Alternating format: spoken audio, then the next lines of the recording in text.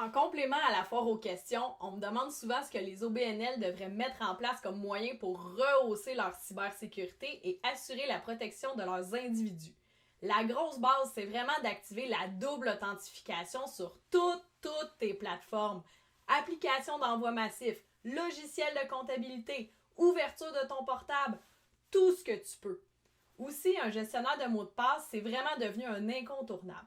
Puis non, enregistrer tes mots de passe dans ton navigateur ou sur ton coffre-fort iCloud, c'est pas une façon suffisamment sécuritaire de conserver des mots de passe corporatifs. Désolé. De plus, pense au pire. Si tu perds accès à tes données, tes documents du jour au lendemain, est-ce que tu as une sauvegarde fiable sur laquelle tu peux compter?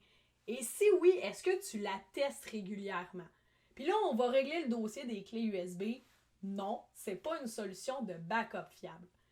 Finalement, un bon antivirus avec l'analyse du comportement, ça fait partie de la fondation, de la base dont tu as besoin pour limiter les risques de fuite de données.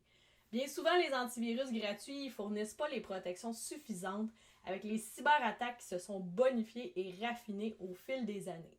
Puis un petit dernier rappel quant à la protection des données et de la sécurité informatique. Il y a certes un peu d'investissement à prévoir, mais c'est pas une course contre la montre. Ton informaticien ou informaticienne peut t'aider à planifier puis à budgéter le tout sur le long terme.